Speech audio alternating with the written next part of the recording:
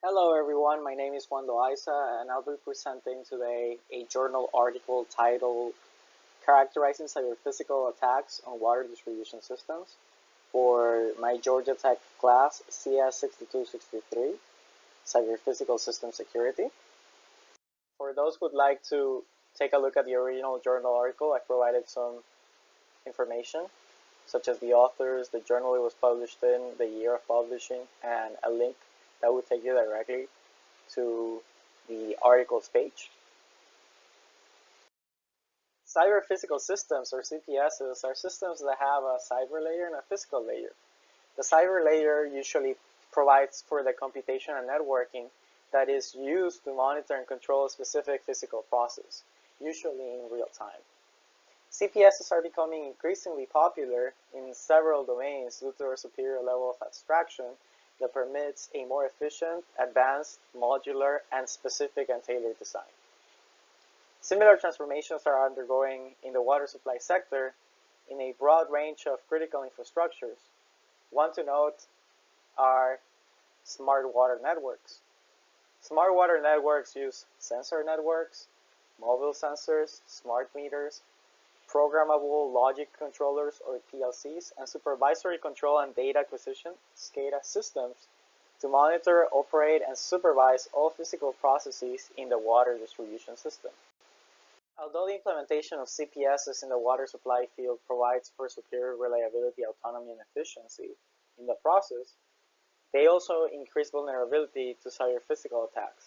Water is a crucial natural resource that makes an attractive target to terrorists by intentionally damaging physical water assets such as pumps, valves, and tanks, decreasing water supply, and even impacting water quality. They can have an immense impact in local and even countrywide levels. Current research in the water supply sector has mostly focused on water, wastewater treatment plants, and automated canal networks with almost no emphasis on water distribution systems. So the authors of this paper hope to address the gap of having no research on water distribution systems by presenting a modeling framework that directly simulates the behavior of the cyber physical attack and the hydraulics of the water distribution system. The framework consists of two parts, one being the attack model that characterizes a broad range of attacks in the cyber components, such as sensors, PLCs, and SCADA. And the other one is EPANET CPA, which is a MATLAB toolbox that simulates all the attacks defined by the attack model in EPANET. EPANET is a public domain water distribution system modeling software that performs extended period simulation of hydraulic and water quality behavior within pressurized pipe networks. Cybersecurity as system analysis has to be done by considering the security goals and how they in turn affect operational goals. Some security goals are operational integrity, availability, and confidentiality. And each of those is attacked by deception, denial of service, or DOS, and eavesdropping respectively. Deception threatens the operational integrity of the system by manipulating the information sent or received by sensors, actuators, or controllers. The denial of service, or DOS attack, basically hinders the availability of the system by sending several commands to the system in order to halt it from doing its intended use. And eavesdropping essentially is threatening the confidentiality aspect of a system by basically having an adversary tap into communication channels, sniff the transmitted packages, and then gain information on the system state and behavior. The main goal of the attack model is essentially to, one, define the cyber and physical elements of the system that can be attacked, and two, the type of attacks such elements may be subject to. So in this image, we have a graphical representation of the attack model for a simple distribution consisting of one pump, one valve, one tank, and a few demand nodes. And basically here we have 9 attacks that are graphically described. And we have attacks 1 and 2 that target the physical layer.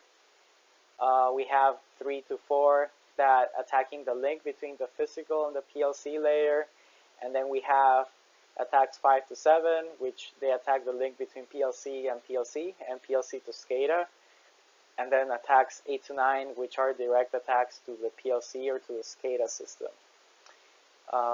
Further parameters needed to fully define an attack are the start and end times and the number of components that are being attacked at a specified time. So the EPANET CPA toolbox expands on EPANET software to further study cyber-physical security in the water supply distribution system. It does so by overriding the original control logic to enable potential adversary actions by having users specify a network map that links the cyber layer to a physical layer. It also keeps track of simulation outputs that reflect the status of the physical layer and altered readings at the PLC and SCADA level. So to this end, attacks 1 through 8 were implemented specifying initial and ending conditions of each attack and the type of attack performed, such as a physical, DOS, or deception attack. The toolbox also includes workarounds to reproduce behaviors that wouldn't be otherwise simulated in the EPANET software, such as the hydraulic response to, for example, a tank overflow, which is not easily reproduced in the EPANET software. So the EPANET CPA toolbox is able to, for example, simulate a tank overflow by duplicating the original pipe connected to a tank in a network, then placing a dummy storage tank at the end of the duplicated pipe, and introducing a check valve to prevent flow from the dummy tank to the network, and including controls that keep the additional link closed unless the level in the original tank reaches maximum capacity. Then this modeling framework was used to study C-Town. C-Town is a benchmark that basically represents a real-world medium-sized network. And as we can see in this image, we have the nodes and the system components of the C-Town network represented. As listed in Table 1, the C-Town network is comprised of 388 nodes, 429 pipes, 7 tanks, 11 pumps, and 4 valves, one of which is actionable. Valves are represented by the V, as in Victor, abbreviation. Pumps are represented by the PU abbreviation. Tanks are represented by the T abbreviation. Pipes are just basically lines connecting nodes, and each node is basically a bold circle in this graphical representation. So Table 2 then lists some of the main characteristics of the C-Town PLCs, and basically each PLC is listed in the first column, and the sensor each of those controls and the actuators each of those actuates are listed on the subsequent columns. So here we present the attack specifications. Hydraulic simulation is carried with a 7-day simulation horizon in 1-hour time steps. The scenarios 1 through 5 are repeated 100 times by randomly varying initial conditions. Scenario 6, on the other hand, is repeated 100 times by randomly varying the start time and the duration of each attack. And we have here now a brief description of scenario 1 through 6, and basically the goal of each scenario. Each of these attacks can be achieved by performing a different combination of attacks shown in previous slides, basically attacks 1 through 9. And we will later show a table summarizing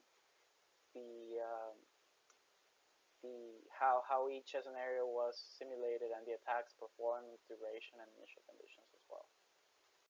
This is just a table summarizing the specification of the attack scenarios, scenarios 1 through 6. the profile of attacks used for the simulation, the target of the attack, the action, the effect, the start condition, and end condition. Here we have the three impact quantification indices that the authors came up with to quantify the impact of the cyber attacks onto the water distribution systems. The first one is the total tank overflow, which is basically an integral of the overflow from the attack tank at time t, and multiplied times the time step, the simulation time step, and doing estimation over that product.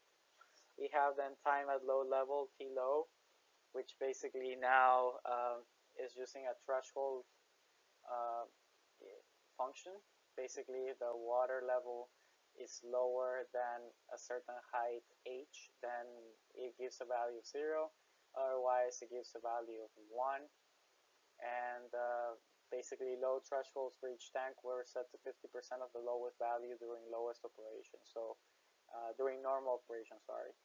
For T1 and T2, it is 0.25 meters, 1 meter for T2, sorry, for 1 meter for T3, T4, and T7, 0.75 meters for T5, and 2 meters for T6.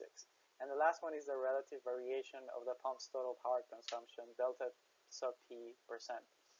And basically what this does is provides a relative measure of the power consumed by the pumps in comparison from a normal condition to an attack condition. So now here we have the results of the simulation for scenario 1. On figure 3 on the left, we can see basically in the solid gray line the tank 1 water level under normal conditions, and the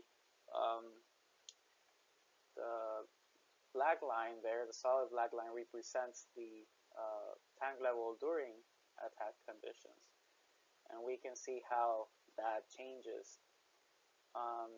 Also, the report of the water level data monitored by PLC2 and transmitted to the SCADA is there, and it's essentially the same as the water level from tank T1 during the attack conditions. On the right, in figure 4, we have essentially in gray the no attack conditions for all simulations, which were 100, and then we have in the solid darker lines the attack conditions as well for all scenarios. And we can see how the tag the tags basically can cause different water levels to be reported and observed in each of the tanks. So can definitely introduce instabilities to the system. So here we have the results for scenario 2, ports A and B. In the topmost graph, we have a comparison between tank T2 water level during normal and attack conditions. We see the normal conditions in gray and the attack conditions in a black solid line. And also a report of the water level data monitored by PLC3 and transmitted to the SCADA, which you can see there by the legend. They vary at simulation time in hours of maybe 50. We can see there's a change there in terms of the data reported, and basically, essentially, it seems like maybe a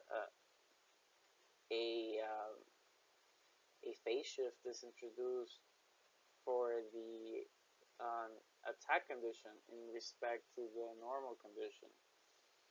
And I mean, this phase shift, depending on the demand of the water junctions, right? You could end up undersupplying water.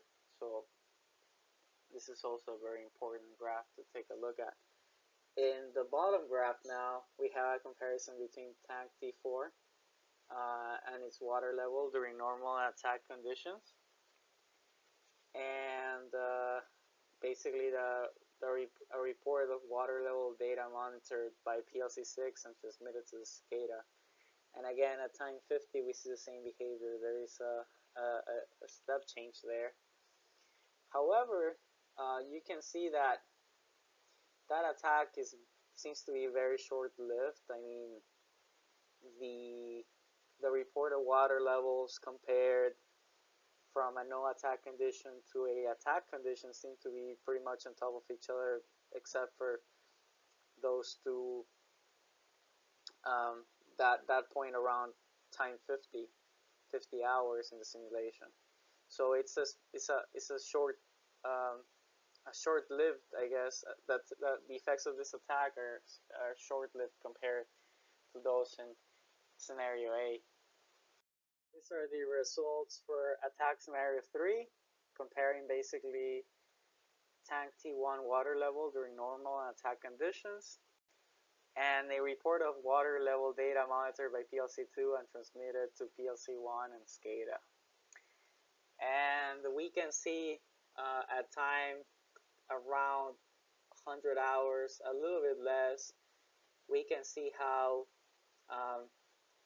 the data reported to PLC1 and the SCADA, right, is different.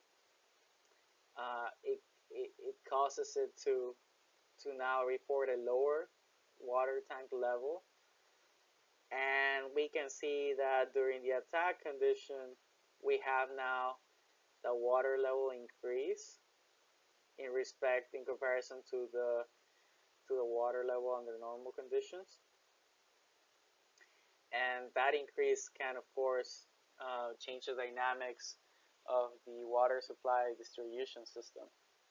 Now onto the results for scenario 4, comparison basically between tank T1 water level during normal again and attack conditions, and then the data monitored by PLC2 transmitted to PLC1 and SCADA. And then we can see now the difference here. This attack is much more devastating. We can see that basically all systems have a different perspective of the tank T1 water level, and it's maybe a little bit harder to find where the fault is here just from looking at it.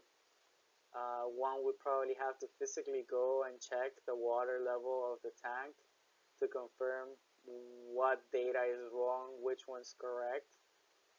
And that could be a severe burden. You would have to probably stop the system and cut supply of water for maybe an entire city or locality. And it in my opinion is a much more complex attack with more severe repercussions. So here we see the results for scenario 5. Essentially, we see how at time 50, the pump 11, as shown in graph C, is set to high for a period of 50 hours.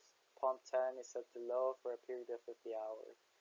And in comparison to normal conditions, which are in the gray lines in all three graphs, and that results in an increase in the water level in tank 7 for about 50 hours in comparison to normal conditions.